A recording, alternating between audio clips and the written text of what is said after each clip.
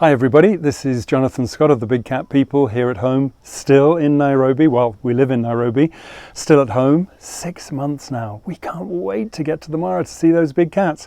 But today, on our YouTube channel, we're going to tell you a little bit about behind the scenes of one of our favorite fine art prints. And this particular one is about a cheetah who we called, or I called, Shakira. And she had 6 cubs. This was 2008 when we were filming Big Cat Live. And she had 6 tiny cubs when we first found her, or when Simon King found her. And then by the time we started filming Big Cat Live, she was down to 5. And Angie took this gorgeous picture of Shakira with those 5 cubs in that early morning light, that beautiful golden light. We always talk in terms of photography, the golden hour. First hour of sunlight in the morning, last hour of sunlight in the evening. And the sun had just risen and she was just sitting, as cheetahs so often do, on top of a termite mound with the 5 little cubs. And in this picture you can see her looking, as a good mum would do, alertly, looking around, checking, looking for danger. And the cubs all huddled up because, of course, during the night, the cheetahs don't go and lie up in caves or in, places where lions or hyenas or leopards might find them. They generally choose somewhere, sometimes up on a little rocky ridge, sometimes close to a little patch of bush just at the edge, and sometimes right out in the open, but tucked down perhaps in the long grass. And so often, first thing in the morning, you're looking for your mum cheetah, you know where she was yesterday, you know where Shakira was. And so you're searching. Angie, one of our spotters during Big Cat Diary, and our stills photographer. All those years, 12 years of Big Cat Diary, Angie behind the lens with her Canon. And I think it was I'm going to ask her, I think it was a 500mm. Yep, she's given me 5 fingers. So, 5 cubs. So 500mm Canon. And it was at that time probably a Series 1 500mm f4, a beautiful lens. There's now a Series 2 and it's just a stunning lens. Every wildlife photographer wants a 500 or 600mm to take a shot like this. And these are the moments you long for, because as photographers we're always thinking about what if in that first little bit of light you can find a big cat. And because we were following the story of the cheetahs, I was presenting it, Angie was photographing it, we were looking for Shakira.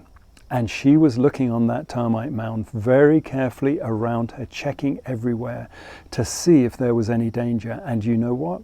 If you watched Big Cat Live, and you can probably go on the telly and look at old BBC or Animal Planet shows, and you may be able to find it, or Google Big Cat Live and Shakira the cheetah, because on this particular morning she got the fright of her life when she suddenly saw a male lion, Romeo, one of the marsh pride, coming towards her. And the cubs, when they're this small, so they were about 3 months old, cubs of this kind of age, 3 to 4 months old, cubs of this kind of age tend to watch very carefully what their mum does. And if she suddenly starts to make herself look bigger, or a low growl, the cubs know, just look out, and in fact instantly to move.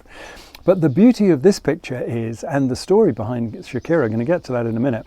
So this behind the scenes picture, you will find it on our fine art gallery. We would love you to have it on your wall, a memory of Shakira and the 5 cubs. 3 of the cubs actually survived, 3 girls. So she did incredibly well. She raised 50% of that litter of cubs.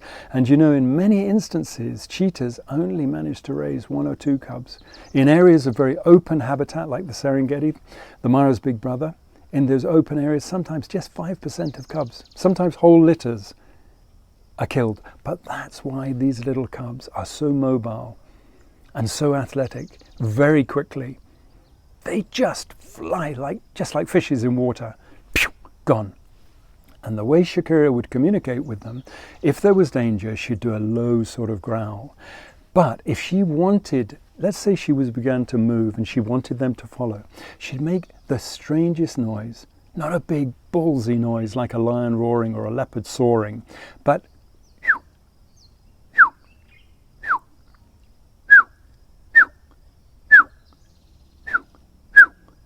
not doing it very well. was like a bird. Anyway, why Shakira? Well, you know, I'm a 60s guy. And I didn't know. I just thought, you know, Shakira, it sounded like in Hindi, Shakir is the chase or the hunt. And Cheetah is also the spotted one, the hunting cat. So I got a little bit confused, and I sort of thought Shakira, and then there was a camp in the Mara called Shakira or Shakir. And so I thought to myself, this will be a great name for a cheetah. So Shakira it was. And of course, people soon ribbed me. I went back to the editing studio that night. They said, Shakira, do you know who Shakira is? She's this gorgeous, wonderful dancer, singer. And she can just, you know, all the moves, very athletic, you know, just really. I said, well, there you go. That's why I called her Shakira. And they put together Dancing Queen, this wonderful little bit of music with all of the outtakes of Shakira confronting lions, Shakira confronting hyenas, Shakira defending these cubs, these beautiful cubs that she did so well to raise 3 of them. So Shakira, I salute you. You're no longer with us, but you can still have a little bit of that magic.